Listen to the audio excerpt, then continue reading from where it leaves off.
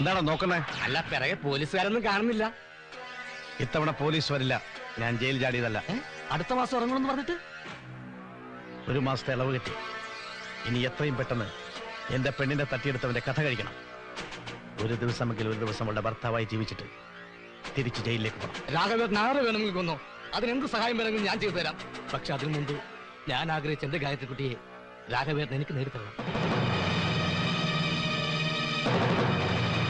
കൊലക്കേസിൽപ്പെട്ട് ഒരു ദിവസം പോലും രാഘവേട്ടൻ അകത്തെടുക്കേണ്ടി വരില്ല. എത്ര പണം മുടക്കേണ്ടി വന്നാലും, സുപ്രീം കോടതി വരെ പോകേണ്ടി വന്നാലും ഞാൻ രാഘവേട്ടനെ രക്ഷപ്പെടുത്തും. ബാക്കിയുള്ള കാലം രാഘവേട്ടന്റെ മുറപ്പെണ്ണും ഒരുമിച്ച് രാഘവേട്ടന് സുഖമായി കഴിയാം. ഇത് സത്യം രാഘവേട്ട, സത്യം സത്യം സത്യം. മാമാ മാമാ, ഗോവിന്ദൻകുട്ടിയുടെ സകലവിധ കള്ളത്തരങ്ങളുടെ കലവറ ഞാൻ ഇന്നത്തോട് പൊളിക്കും. അതിനുള്ള ശരിയായ തെളിവുമായിട്ടാണ് ഞാൻ വന്നിരിക്കുന്നത്. എന്താണ് കോന്തായി പറയുന്നത്? രാഘവൻ, റൗഡി രാഘവൻ. മാമ, നമ്മുടെ ഗോവിന്ദൻകുട്ടി കല്യാണം കഴിച്ചിരിക്കുന്നത് ഈ റൗഡി രാഘവന്റെ മുറപ്പെണ്ണായ സീതാലക്ഷ്മിയെയാണ്. അത് നേരിട്ട് കണ്ടിട്ടുള്ള ആളാണ് നമ്മുടെ ഈ റൗഡി രാഘവൻ. നീ പറയുന്നത്? അമ്മാവതേ, രാഘവൻ വന്ന് പുറത്തു നിൽക്കുക. ദേഷ്യം വന്ന കൊലപാതകം വരെ ചെയ്യാൻ മടിക്കാത്ത ആളാ. വാ മാമ.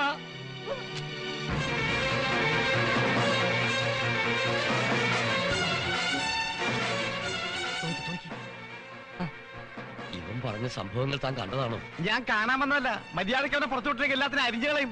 ആള് തെറ്റിയതാണോ? ഇപ്പൊ അവനെ കണ്ടാ തിരിച്ചറിയോ? എന്റെ കുടുംബജീവിതം തകർത്ത തെണ്ടിയെ ഞാൻ വെറുതെ വിടില്ല. എന്റെ കണ്ണിൽ നിന്നവൻ മാത്രമേ ഉള്ളൂ.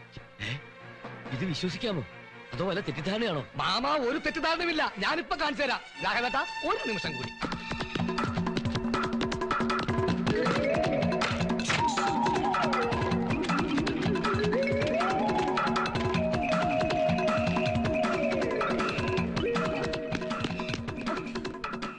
ഈ ഫോട്ടോയിൽ ഗോവിന്ദൻകുട്ടിണ്ടെന്ന് അമ്മാവൻ ചോദരി അപ്പറിയാൻ കാര്യം. അവൻ തന്നെ. എനിക്ക് ഫോട്ടോ കാണണ്ട. രാഘവൻ തിരിച്ച് ജയിലിലേക്ക് പോകാൻ തന്നെയാണ് പുറത്തു വന്നിരിക്കുന്നതെന്ന് അവനോട് പറഞ്ഞേക്ക്. വിടില്ല ഞാൻ അവനെ.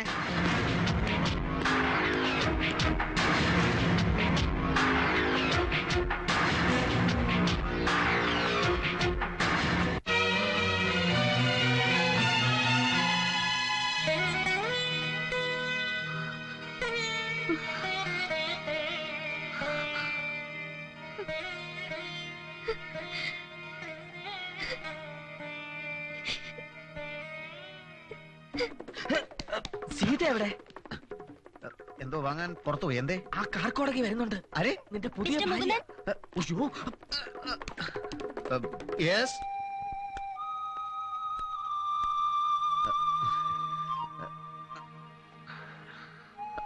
ഇന്നാണ് ഞാൻ വിവരങ്ങളെല്ലാം അറിഞ്ഞത്. എന്ത് വിവരം?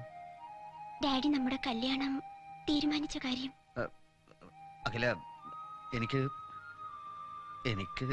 അഖിലയോട് കുറെ കാര്യങ്ങൾ മനസ്സ് തുറന്ന് സംസാരിക്കാനുണ്ട്. എനിക്കുണ്ട്. എല്ലാം തുറന്ന് പറയണമെന്ന് വിചാരിക്കാൻ തുടങ്ങിയിട്ട് കുറച്ചു ദിവസമായി. പക്ഷെ അങ്ങനെ പറഞ്ഞാൽ അതിന്റെ... അതെ, ഡാഡി പറഞ്ഞു മുകുന്ദൻ എന്നെ വലിയ ഇഷ്ടമാണെന്ന്. Thanks a lot. സ്നേഹിക്കുന്നതല്ല, വെറുക്കുന്നതല്ലേ കുറ്റം. അതെ അതെ, സ്നേഹിക്കുന്നത് നല്ലതാണ്, വളരെ നല്ലതാണ്. എന്റെ കാര്യത്തിൽ മുകുന്ദൻ അപ്സെറ്റ് ആകരുത്. ഞാൻ മറ്റൊരാളെ സ്നേഹിക്കുന്നു. ആള് സ്റ്റേറ്റ്സിലാ. സമയമാവുമ്പോ ഡാഡിയോട് പറയാമെന്ന് കരുതിയതാ, വൈകി. ഞാൻ ആകെ കുഴപ്പത്തിലാ. ഡാഡി ഒരു തീരുമാനം എടുത്താ മാറ്റാൻ പ്രയാസമാ. മുകുന്ദൻ എങ്ങനെയെങ്കിലും എന്നെ രക്ഷിക്കണം. അത് പക്ഷെ ഞാൻ അഖിലയെ വല്ലാതെ സ്നേഹിച്ചു പോയി. അഖില എന്റെ മനസ്സിൽ പതിഞ്ഞുപോയി, തറഞ്ഞുപോയി. പറിച്ചു മാറ്റാൻ വളരെ ബുദ്ധിമുട്ടാണ്. പ്ലീസ് മുകുന്ദൻ. അതത്ര എളുപ്പമല്ല അഖില. എനിക്ക് വേണ്ടി ഞാൻ കാല് പിടിക്കാം. ഞാൻ ഒന്നാലോചിക്കട്ടെ.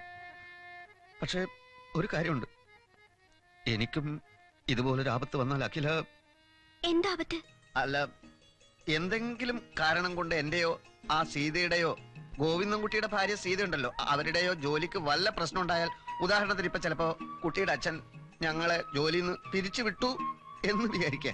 എന്തിനു പിരിച്ചുവിടണം? എന്തിനു പിരിച്ചു വിടാതിരിക്കണം? കാലം അതാണല്ലോ. അതൊന്നും ഉണ്ടാവില്ല. പോരാ, എനിക്ക് ഉറപ്പ് തരണം.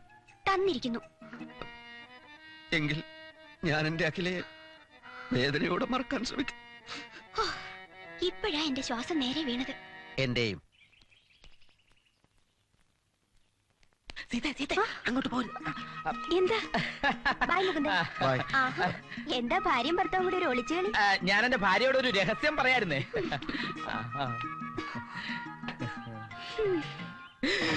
ഉയ്യോ.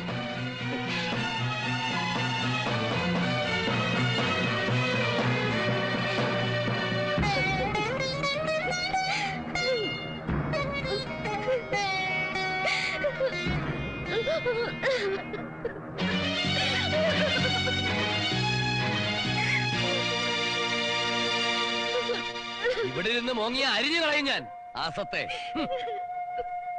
എങ്ങനെ ഞാൻ ആൾക്കാരുടെ മുഖത്ത് നോക്കും ഭഗവാനെ? നിശ്ചയവും കഴിഞ്ഞ് മോതിരവും മാറി. എന്നെ മാനം കെടുത്താൻ മാത്രം ജനിച്ചതാടി നീ. ഗായത്രി, നിക്കടാ. അമ്മ, എല്ലാം ഒരു തെറ്റിദ്ധാരണയാണ്. സത്യത്തിൽ നടന്നത് എന്താണെന്ന് ഞാൻ പറയാം. മാർക്കറ്റിംഗ് സെക്ഷനിൽ വിവാഹം കഴിഞ്ഞവരെ നിയമിക്കില്ല എന്നറിഞ്ഞ് ജോലി കിട്ടാൻ വേണ്ടി വിവാഹം കഴിച്ചിട്ടില്ല എന്നൊരു കള്ളം MD-യോട് മുകുന്ദൻ പറഞ്ഞു. MD-യുടെ മകൾ വീട്ടിൽ വന്നപ്പോ സീതയെ കണ്ടു.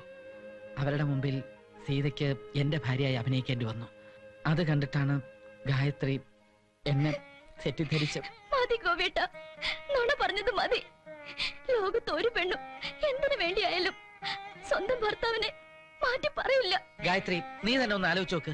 എനിക്ക് വേറൊരു ഭാര്യ ഉണ്ടെങ്കിൽ എന്തിന് നീയുമായിട്ടുള്ള വിവാഹം നിശ്ചയിക്കണം? മോതിരം മാറണം? പറ. എടാ, പത്രം വായിക്കുന്നവർക്ക് എല്ലാവർക്കും അറിയാം നിന്നെപ്പോലുള്ള കല്യാണ തട്ടിപ്പുകാരുടെ ഉദ്ദേശം എന്താണെന്ന്. സീതയെ കെട്ടിയതും MD-യുടെ മകളെ ആലോചിച്ചതും ഇവിടെ ഗായത്രി കുട്ടിയുമായി കല്യാണം ഉറപ്പിച്ചതുമെല്ലാം പണത്തിന് വേണ്ടി, സ്വത്തിന് വേണ്ടി, അതിനു വേണ്ടി മാത്രം. ട്രാവൽസ് കടത്തിലായപ്പോൾ നീ കണ്ടുപിടിച്ച മാർഗം കൊള്ളാം.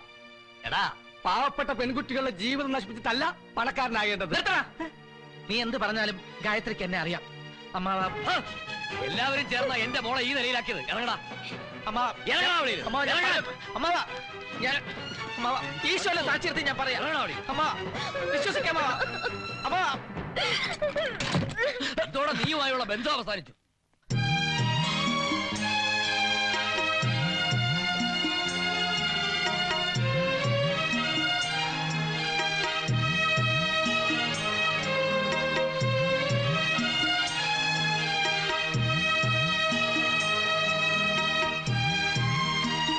ഞാൻ ഈ കേൾക്കുന്നേ, വക്കീൽ സുമാരന്റെ മകളെ നീ കല്യാണം കഴിക്കാൻ പോകുന്നോ?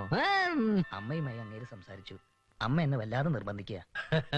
നിന്റെ അമ്മയല്ലേ, വലിയ ശ്രീധനം കിട്ടുമെന്ന് വിചാരിച്ചു കാണും. ഞാൻ അതല്ല ആലോചിക്കുന്നത്. ഈ സുമാരൻ എന്ത് പറ്റി? അവന് തലയ്ക്ക് വട്ടാണോ?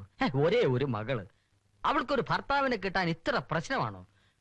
ഒരിക്കൽ നമ്മുടെ മുകുന്ദനെ തട്ടിയെടുക്കാൻ ശ്രമിച്ചവനാ അവൻ. അല്ല, വേറൊരുത്തനുമായിട്ട് മോതിരം മാറിയതല്ലേ നീ കെട്ടാൻ പോണ പെണ്ണ്? അതിന് മോതിരം മാത്രമല്ലേ വിളിച്ചാ മാറിയിട്ടുള്ളൂ.